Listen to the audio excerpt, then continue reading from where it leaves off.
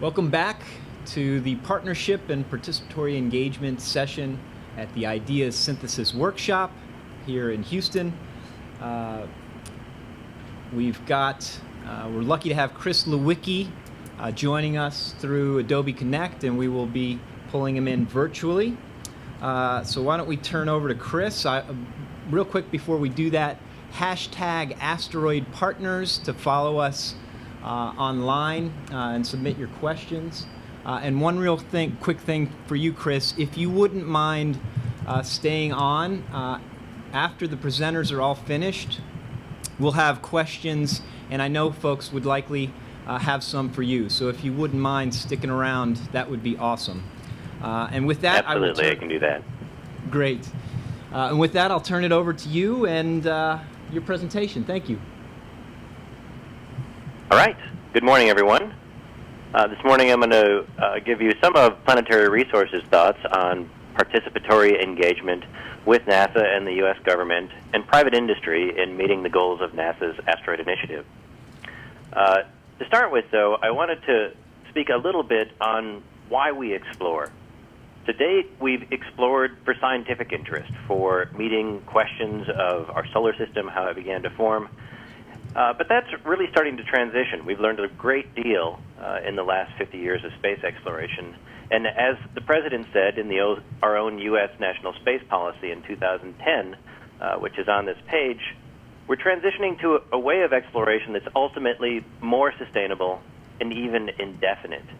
And in order for us to be able to do this, we think one of the critical ways and things we need to leverage are resources. The near-Earth asteroids in the solar system really have a tremendous amount of resources that can be leveraged for this, from water to precious minerals and the structural materials that we'll need to build future structures in space. And the asteroids themselves, of course, are extremely plentiful in these resources. So over time, we've been the benefit of an exploration program thus far between NASA and other space agencies that send a number of exploration spacecraft to small solar system bodies. The Near-Earth Asteroid Rendezvous Shoemaker mission to the first Near-Earth asteroid out to today's OSIRIS-REx. But these missions are becoming increasingly complex, increasingly expensive as a result, and unfortunately a bit less frequent. And this is something that, from a commercial standpoint, we would like to see the pace quickened in this area. And today we propose a way for a private-public partnership to enable that. So the idea is the creation of an incentive prize for the acquisition of asteroid data, a private-public partnership between the government and private industry. And this is something that's already been done before. NASA has one of these partnerships in place in the form of the Innovative Lunar Demonstrations Data, BAA. And this is underway today. 6 companies originally were selected for this. It further was down-selected to 3, and progress is underway for those teams who are competing for the Google Lunar X Prize. As it relates to asteroid data, this is something that can probably be achieved for less than the cost of a single discovery mission. We would have maybe perhaps through the end of the decade to return data in line with roadmaps that are in place today. And the award types would allow perhaps a half a dozen different companies to provide these types of data. So just as a notional overview, these are things that are gone through a selection process based on technical merit, business merit, and then ultimate value. And you have a detailed set of things that the businesses need to do, contract line items, and this is drawing directly on the language and the structure that has been created for the Lunar ILDD program. The process starts with a solicitation and an initial small award just to set things up, and then increases through more and more productive gates. Initially, activities might be done on Earth or in proximity to Earth. Follow-on milestones might include missions that go out to the vicinity of the asteroid or perhaps fly by Earth-crossing asteroids. But ultimately, and what is most value both to private industry as well to the government, are the rendezvous missions that help reduce the risk and characterize more and more of these small bodies in the solar system. To give you one example, going into the later stage activities, we could look to the third tier of these activities. And for example, an entire rendezvous mission could be conducted for a $50 million award. This would be something that would be paid upon receipt of the data. This is not a cost plus fixed fee program, but something that would require businesses to essentially risk the mission and develop this, but in doing so would know that in providing the data, the government would be a customer for it. So these milestones at the rendezvous point could mean touching down on the surface of the asteroid, perhaps for in situ science, the identification of potential human hazards, perhaps simulating human-appropriate approach and departure trajectories, and, of course, the extended duration science that you can get where you can characterize the asteroid's mass, volume, spin state, surface morphology, and perhaps even characterize other hazards like dust, or if there are moons present in the asteroid system. This is something that Planetary Resources is prepared to support, starting with our own internal activities of launching our core technology next year. And in the next several years, we have an increasingly more capable set of demonstrations, adding in those capabilities necessary to go into deep space, which include propulsion, the communications, and then ultimately the capabilities that allow you to perform science and prospect at an asteroid. So I want to leave with one other final point related to something that the government could start today, perhaps with no funds at all. And this is the opportunity for sponsored or rideshare access to solar orbit. This is being done in low Earth orbit, and actually was just recently done this week with a number of payloads on a variety of launch vehicles. But we see a situation where there are several missions that are launching to Mars or other destinations with excess capacity. The InSight Mars lander is an example that's launching with over a metric ton of excess capacity on the launch vehicle that it's currently on. The SLS demo flights that are coming up later this decade are an opportunity to get Earth escape trajectory and get demonstration or test payloads on that. And then even the Department of Defense has often had third stages, which after delivering a spacecraft to geostationary orbit, the third stages are disposed in solar orbit. So all this excess capacity could be of great benefit for an innovative and supportive environment for commercial activity. It helps to reduce the uncertainty associated with launch manifests and the schedules associated with them, the upfront costs with getting those manifests started. And then, of course, with a timetable on when these launches exist, there's certainly plenty of motivation to meet that schedule and to get the payload to that spacecraft. So this is something we'd love to see explored to allow more and more experimentation and innovation that can ride on investments that the government is already making. So Planetary Resources is ready to support NASA's objectives and goals with the Asteroid Initiative, and we look forward to what these private and public partnerships might allow in the future. So, Jen and Jason, thank you very much. Thank you so much, Chris.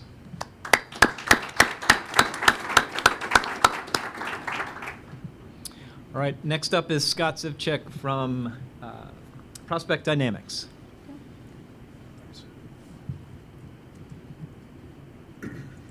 Good morning, Scott Zivchek from Prospect Dynamics, and I'm going to take a few minutes here to talk about opportunities that NASA has to reduce the barriers to entry for small businesses as a means to increase participatory engagement.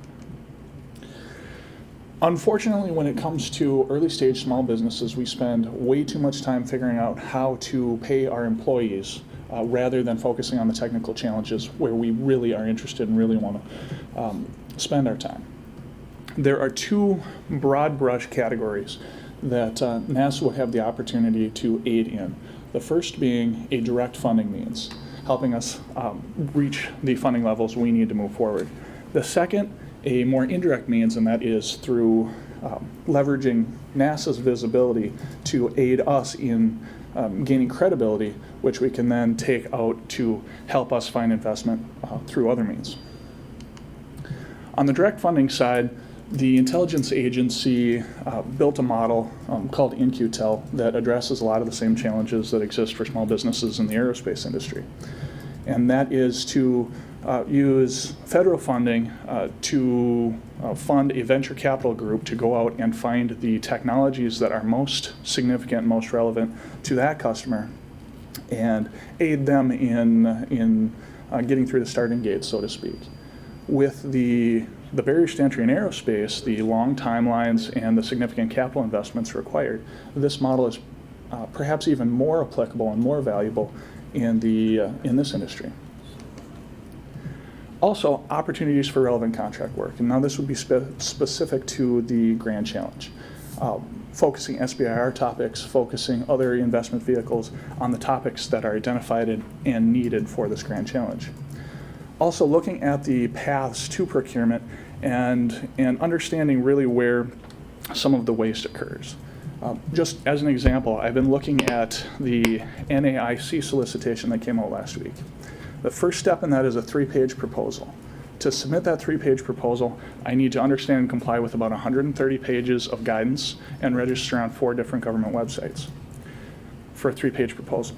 So there are opportunities there to make it a little bit easier for a few more companies to get their ideas heard by NASA. And really this RFI was a great example of something simple to allow us to get information out. On the visibility side, there are ideas that are even easier. Something that would be worth its weight in gold to me is a letter of intent from NASA. This wouldn't have to be something that offers any real commitment, just an opportunity for us to submit an idea for review, and in the best of cases, have NASA provide back a letter stating that we've looked at this idea, the technology has merit, this guy can make it work. There might be a spot for it within the NASA architectures going forward. Retweets, even easier. NASA has a massive social media following. Providing and publicizing a hashtag that would allow us to request a retweet would be a very, very simple effort. And from that, NASA would simply need to review tweets tagged with this hashtag and make a decision as to which to bring forward. And then the big idea would be coordinated demonstrations. So talking about that specifically, what I have in mind for coordinated demonstrations focuses around demo day events. As each of us goes through the normal development life cycle, there are stages where we have natural demonstration points. And in many cases, those would be pretty uninteresting to anyone outside the organization. But over time, they get more interesting, more complex, and if we bring all of these ideas, all of these little development efforts that are going on across the industry, and bring them together, we can leverage the economies of scale, bring everybody into the same room, and build a lot of network effects out of that. It would start with technology road mapping, and not the high-level technology road mapping that is done and done very well at the strategic level, but the more tactical, detailed, technical road mapping within a specific area. So planetary defense, for example. What are the architectures that are being considered for a planetary defense architecture? And what is the trade space that branches back from those different architectures? Looking back through that trade space, what are the functionalities and capabilities that need to be demonstrated by certain technologies that need to be developed? Developing this lower level map would provide a go-to source for college students looking for ideas on relevant projects. It would provide an opportunity for businesses to go out and look and understand where they can best leverage their resources for the most bang for their buck. And it would provide NASA a scorecard. As we develop through this technology roadmap, NASA can see where and how we are developing and to which architectures. Identify if there are gaps, potential areas that need to be incentivized. From this road mapping come the demo day events themselves. We bring a lot of people together into a room, into a convention center potentially, going through a number of demonstrations of the technologies that they are developing individually. Coordinating for scale, you bring a lot of people together that then enable NASA to show the momentum that is being built. It provides opportunities for people to see what else is going on in industry and potentially find complementary demonstrations. And it allows for really investors and large businesses to come and see what's going on as a potential shopping spree for acquisitions. And then the big piece is a headline event. So right now we have 4, 5, 6 events a year that aren't these small demonstrations. They're big demonstrations, newsworthy on their own. And if we coordinate these smaller demos, these consolidated demos, with the headline events, then we essentially have the opportunity to take turns within industry providing the coattails for everyone else. So how would Prospect Dynamics leverage this structure? One of our focuses would certainly be within that roadmap as a key point, and that is anchoring or attachment technology. As we progress through the development, we'd participate in demo days with different interesting and engaging attempts at showing how the technology is progressing. In time, we would be ready for a low Earth orbit attachment demonstration, which could serve as a headline marquee demo for a demo day. I'll talk more about this slide in context 350 this afternoon in the asteroid deflection demonstration session, but it is relevant here as well. What we would do for a demonstration of attachment technology is demonstrate in low Earth orbit rather than going to an asteroid. We would lift potentially a handful of CubeSats enabled with an attachment capability, and then use space debris as an asteroid analog, attach to the space debris object, characterize its motion, and then change its orbit. This proves out the attachment capability in a potentially bold and very visible manner. And it also highlights a number of applications that a single technology can be used for, from the planetary defense application that I'll talk about this afternoon to space debris mitigation if the altered orbit is to deorbit, potential applications for on-orbit servicing as well. So that is how we would engage the process. But back to the overall concept in reducing barriers to entry, funding via investments or simplified contracting, and visibility being a means to indirect funding, allowing us to go out into the investor community with the credibility of NASA behind us. And then this overall idea of coordinated demonstrations to allow for leveraging the economies of scale, establishing the technology roadmap so we know where we're going together in a coordinated fashion, and then providing this opportunity of bringing so many people together in the same room. Thank you. Thanks so much, Scott. Thank you. Next up, we have David Gump from Deep Space Industries.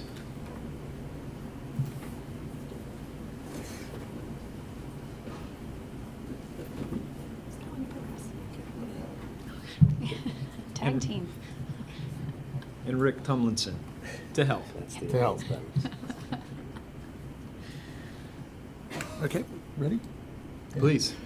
I was going to start this with hello sharks, but David won't let me do that pitch. So I believe, first of all, there are 3 banners with a lot of great banners here. There should probably be 2 more, one that says harvest and another that says utilize, but they wouldn't have the meatball on them.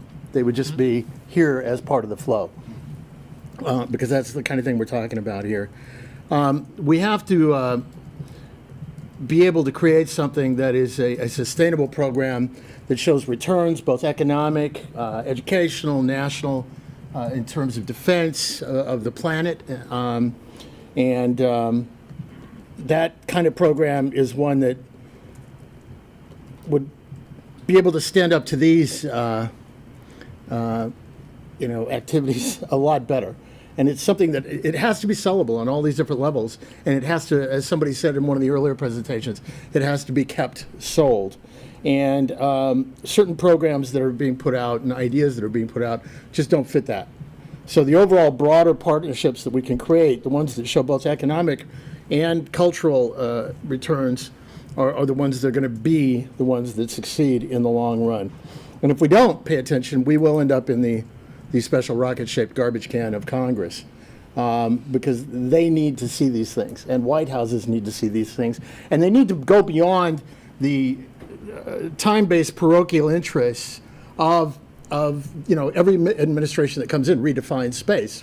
One administration, it's the moon. One says it's Mars. One says it's asteroids, been there to the moon, et cetera, et cetera. So there needs to be an overarching goal that goes beyond all of those, and the constituencies need to be broad enough to keep the the activity going through those seismic shifts that occur. Now, NASA needs to do certain things. It has a mandate to do certain things, including data, space exploration operations, and planetary defense. And obviously, anybody on the inside or even close to the inside knows that that's the ultimate goal, is going to Mars. Whether NASA gets there first or Musk gets there first, we're going to Mars. And there are a lot of activities that are considered by some to be doglegs from that. I'm not interested in ripping a leg off a dog. I don't know where that analogy came from, but I wouldn't mind hitching extra dogs to the sled to take us into the unknown. And we believe that NEOs serve that by helping us do different things in space. Keep in mind, to get to any of these destinations, you have to cross the ocean of space. You have to go through what we call free space to get there. And on the way, it would be nice to be able to utilize what you can find there, those resources, to build your habitats, find your fuel, propellant, and in the meantime, we can be doing other activities such as helping communication satellites extend their life, things like that. So there's a lot of possibilities. And if we can learn to live off the land, it's absolutely the key. We're working the transportation equation right now. We're getting a government. There are 3 legs to opening a frontier. Having a government that's not in your way, or at least not in your way and probably helping, getting cheap transportation to and from the frontier, and learning to live off the land. And that's what we're all about. So I'm going to hand this over to David. So of the 3 locations for space-based resources, 2 of them are at the bottom of gravity wells. And therefore, when you do resources on the moon, it primarily serves lunar activities.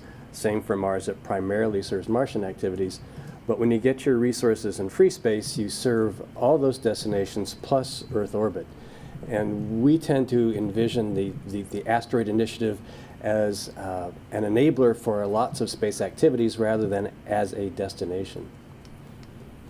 And so we propose an initiative for commercial asteroid development that joins what NASA needs with what industry can get from asteroids, pooling the goals and technologies, and being able to develop a more robust space exploration system. And also in the process, as I'll talk about later, really enhancing planetary defense. So what we propose is the ICAD to be modeled primarily on COTS and the ILDD that Chris Lewicki talked about. The idea is that you go with a fixed price approach and a below cost approach to ensure that there's private investment. You get paid on milestones rather than a monthly cost plus invoice. NASA decides to buy what it needs, and then industry will fund additional capabilities to serve commercial markets. Just like with COTS, NASA specified we need this much tonnage and potentially these crew replacements done, and SpaceX and Orbital Sciences could come up with a vehicle that did that, plus what was necessary to make it an attractive commercial activity. And the benefit of taking this approach is that it's sustainable. Those activities like Falcon 9 will continue to operate even if the space station contract eventually goes away. So, the agency specifies its need, provides tech dev, and purchases data, and the private sector both develops technologies and chooses which technologies need to be developed. It shapes the operation, and if there are multiple suppliers, NASA gets a competitive base to buy its needs from. This produces lower costs, as SpaceX showed. Not only was the total cost of getting it Falcon 9 created lower than possible under standard contracting, industry participated in paying that lower cost. As Rick mentioned, if you have a commercial asteroid initiative, you can cut off the dog leg, hand it to industry, and keep NASA focused on going to the moon and Mars. And it also results in resources for frontier, living off the land and being able to stay in space once you get there. We like to emphasize that first, do no harm. NASA ought to focus on having scouting missions for industry, and that should be the first action under a commercial asteroid development initiative. And these small vehicles also, in the next phase, could do sample returns to reduce the great levels of uncertainty that exist with what anyone will find when you try to go to an asteroid for returning large quantities. And this, I think, might be one of the most important points for selling asteroid activity to Congress and the general public. You know, your planetary defense can be almost free. It becomes a profit center, learning how to inspect, intercept, and manage asteroids, because the asteroid industry needs to do that in its normal course of business. If you have a robust industry doing asteroid recovery activities, you'll have the hardware and the people already in space for faster response. You know, you'll have lots of Bruce Willises already working in space. You won't have to have a crash program to suddenly develop them and launch them. So I think when you position asteroid activity politically, we really need to focus on you get planetary defense almost for free. The other benefits are much broader science. You know, as on Earth, the resource industry, coal and oil and gas, has learned so much about the structure of the Earth's crust that is paid for by commercial activities. And if these things are done on an industry basis, we can do things that NASA cannot. Charlie's done a great thing to take over the exploitation rights of the solar sail project. With an industry-led project, though, the actual activities themselves can be tweaked. New things can be added to the baseline mission that support public engagement. So, in summary, we think that it ought to be a program that starts with buying scouting data, and in parallel, put out a BAA for industry ideas and how NASA and the private sector could actually carry out the asteroid redirection mission. And soon move into a phase where you seek competitive bids to be able to bring back asteroids in a manner that serves NASA's needs and also provides a continuing resource in Earth orbit that can be turned into useful products for expanding the frontier. You'll notice nowhere in there do we talk about abandoned in place, surplus, or prizes. We are talking about analogies, the ILDD and the COTS approach or partnership. This is the big plan, this is the big goal, and yes, there are 2 asteroids rotating around that big red planet. But that's the big goal. That's where I think most of NASA and a lot of the citizens of the country want to go. We have our plans, and some of us are free spacers. We believe that if we can get together, we can do what we need to do, and our merchant marine can help support the opening. I won't say conquest of Mars, but I think it can be a joint partnership, and I think there's a lot to be said for all of us working together in these ways. Thank you. Thank you, Rick and David.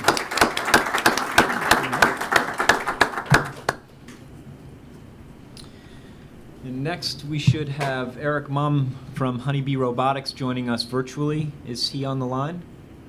Yes, I'm here. I guess. Excellent. Okay. So I wanted to focus today on robotic technology development and maturation of the robotic systems and tasks that would be required for a bold mission like this, and talk about how some of the facilities and capabilities that Honeybee brings to the table, and how that dovetails well with some great facilities and capabilities, personnel at NASA, and how we can mutually work together to jointly develop not only a robotic system that can be successful, but also a ground test bed that we can use to validate these technologies. So the first thing I'm going to focus on are some of the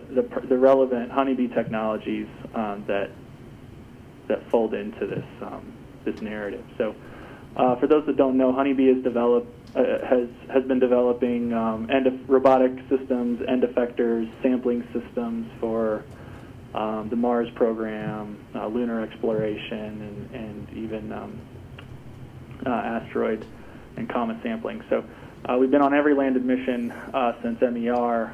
MER, we provided a rock abrasion tool or a grinding tool that's featured in this slide. We provide 2 mechanisms for Mars Phoenix lander, and then we've got 2 systems on Curiosity right now. So we've got a pretty good history of working with NASA on developing robotic systems and performing great in situ science. So I've got kind of a generalized slide deck because we've got presentations across multiple topics, and this is the one that we had authorized to release. So I'm going to skip through this pretty quickly, and again, just highlight some of the relevant technologies that Honeybee brings to the table. So we've been developing robotic drills, planetary drills for sampling powders and taking cores for Mars, Moon, asteroids, and comets. We've got probably a collection of 10 or so prototype drills and sampling systems in our Pasadena, California facility. Those are systems that are available for continued technology development and demonstration for not only performing some in situ science on an asteroid, but perhaps even placing anchors robotically for taking samples to perform in situ science and placing anchors in an asteroid to minimize the EVA activity once in lunar orbit. There's a lot of utility for robotic systems that could offload from the human aspect of characterizing and exploring an asteroid. So we've got a great facility and a great set of prototype hardware, pretty high TRL hardware available to perform near-term demonstrations and feasibility studies. Pneumatic sampling techniques. So we've also developed some capturing mechanisms, docking mechanisms for satellite servicing, but these can be applied to this mission context as well, insofar as specifically this lasso system can be used to capture boulders or capture samples on an asteroid and pull it back to the spacecraft. Whereby we can do some in situ science, all robotically. This could even be scaled up to capture the asteroid in its entirety. And so, those are a couple of the top-level, key technologies that we see as relevant in this mission concept or context. And with regard to participatory engagement. First, we maintain a nice facility out in Pasadena, California, where, as I alluded to earlier, we're developing various planetary drills and sampling technologies and the associated environmental test chambers required to validate some of these technologies in a relevant environment. And so we maintain, 3 chambers. You can see one very large chamber here on the left side of the screen that we use for some of our deep drilling demonstrations in a relevant environment. And the facility also has an extensive materials analog or analog materials library. So we've got planetary simulants such as JSC1, FJS1, GRC1, and many targets or rocks that are good analogs to what we might encounter on the surface of an asteroid. So we maintain this capability within the Honeybee umbrella, and I'm pleased to report that we have recently started engaging on the government side the Satellite Servicing Capabilities Office at Goddard Space Flight Center. And I know Bo spoke earlier. but they maintain a wonderful facility there at Goddard, whereby we can not only validate certain robotic technologies, such as grasping or capturing a boulder or capturing a large object, but also manipulating that large object. So maybe we place anchors in the large object, or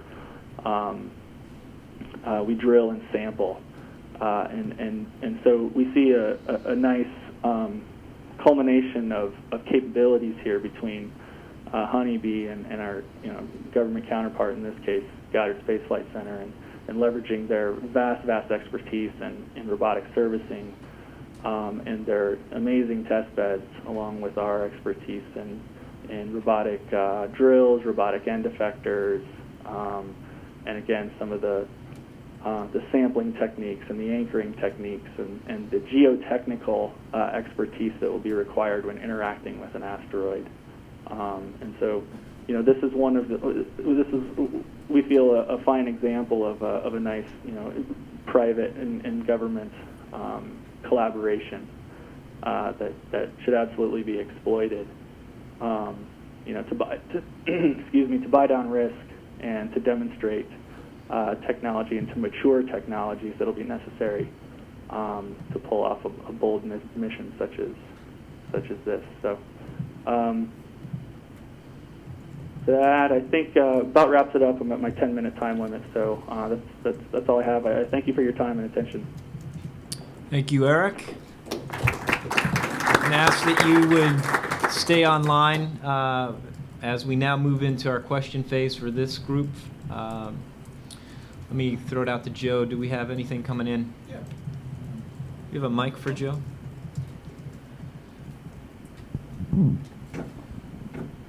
Thanks.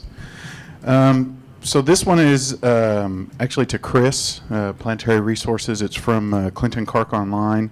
The question is, if NASA focuses on prize money for funding of an asteroid study capture, how would that affect your business model or your competition, or your competitors, rather, business models? All right, thanks for the question, Quentin.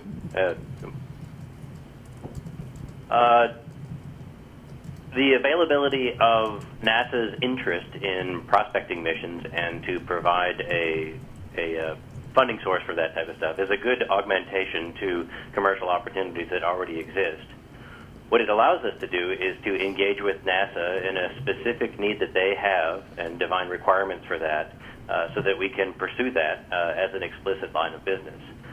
Without something like that, we're kind of left wondering what NASA's objectives are and whether they may choose to meet them themselves, or if, in this example that I laid out, and it was laid out in other presentations this morning, can allow some well-defined collaboration with commercial capabilities that's coming online. Thank you.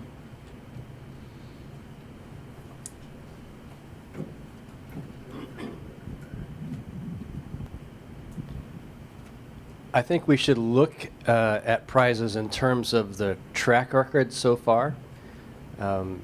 If you contrast that with COTS, NASA paid SpaceX roughly 90% of the COTS contract before their first launch, and they now have a successful rocket. If you look at the Google Lunar X Prize, which pays initially zero prior to success, and the ILDD companion contract that NASA came up with, it was perhaps 10% prior to launch. None of the Google Lunar X Prize teams are in particularly good shape, and there's great doubt as to whether any of them will actually be able to get to the moon by the deadline. So I think in terms of asteroids, we ought to lean towards the COTS approach and lean away from the prize approach.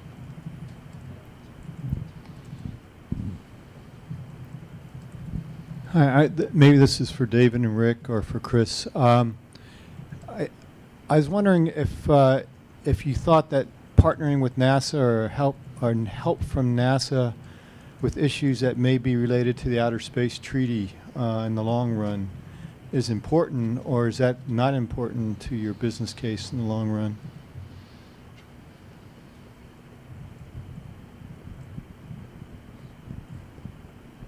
I can address that question. So with regards to the Outer Space Treaty and the peaceful uses of outer space, the issue is often frequently one of rights of extraction and mineral rights. And we, of course, have seen that used by many different nations, including the United States, in the collecting and returning of samples for scientific use. In partnering with NASA for obtaining those materials, perhaps eventually for science use, but as a result of a business transaction, this is an area where we can really clarify this area of the Outer Space Treaty and continue to set precedent in how it outlines and defines and allows this type of peaceful activity in space, even in the case of commercial interests. I think we could use NASA's help in making sure that the space lawyer community is following practice rather than declaring what practice should be. Chris in the past has made the analogy to fishing in international waters. Those fish are the common heritage of all mankind, but once they're in the hold of your ship, they're obviously yours. You can bring them back to port. I'd like to try that approach for asteroid resources to start. I guess my greatest fear is a space lawyer tsunami cranking up with lots of bright ideas of how to structure everything before we've done anything.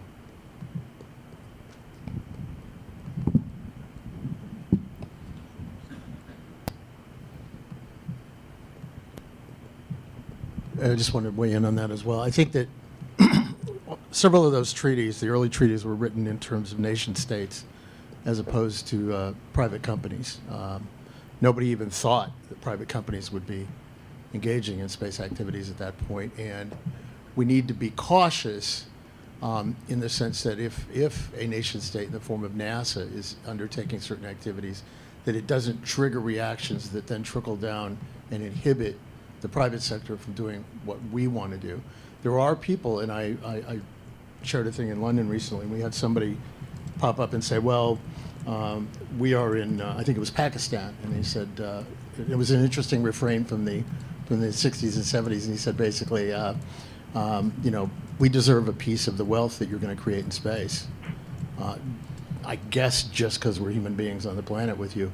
I think that can be handled more in a private sector realm by the fact that the obvious best way to distribute wealth on the planet that seems to be working most effectively is the free enterprise economic system.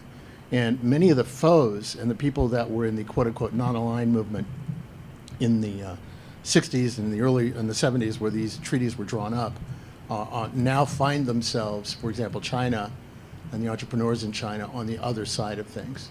So there are different ways to look at it now than were originally intended by those treaties. And I think NASA can encourage a conversation, but make sure that it itself does not become the point of the argument by being a national entity engaging in these activities.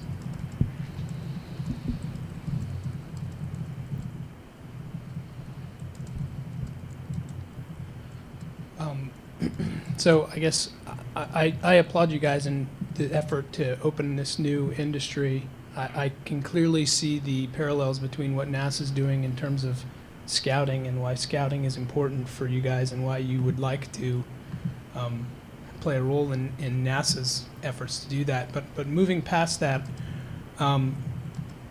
opening a new mine is a very expensive thing, and opening new industry is very expensive. It requires a lot of investment, and I think we'd like to believe that there's potential private investment to open this new industry.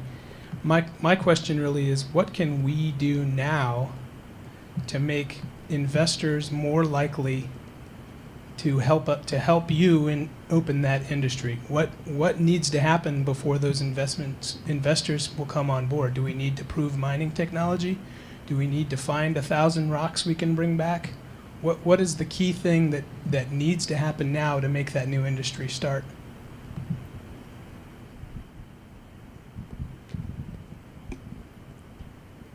I think investors look primarily at, will you have a market for what you're doing? They have some faith that if there is a market, you'll find the technical solution to serve that market.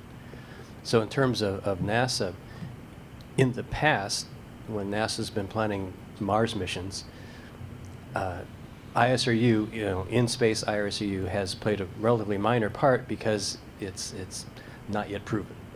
And so instead, there's envisioned, 10 giant launch vehicles to get one Mars mission done.